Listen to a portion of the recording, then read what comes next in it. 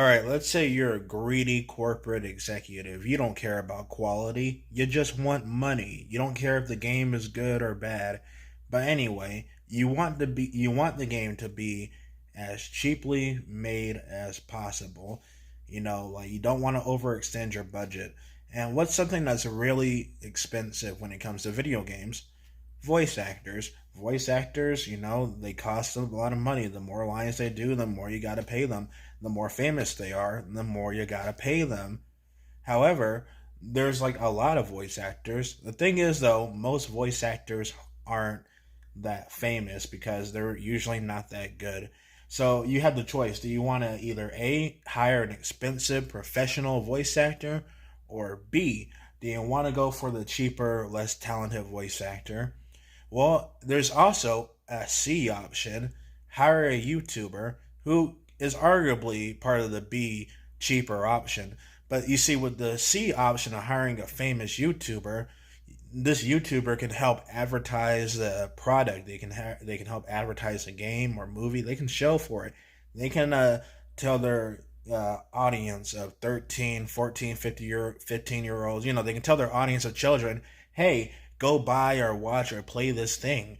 And, I'm in the game. You can support me.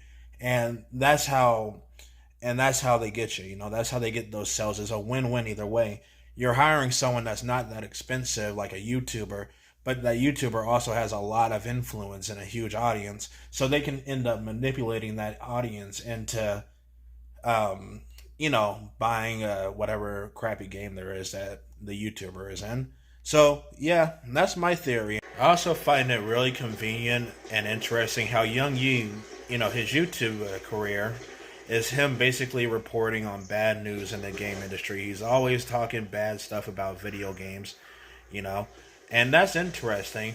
But why doesn't he report, the horrible performance that Yakuza Kiwami 3 did? I mean, if you look up the reviews and the low sales, currently Yakuza Kiwami 3 is the most hated Yakuza game ever. And hey, Young Yi is in it. Like, that's so interesting. He's talking trash about all these other game companies for all their mess ups and misdeeds. And yet he doesn't want to actually report on Yakuza 3.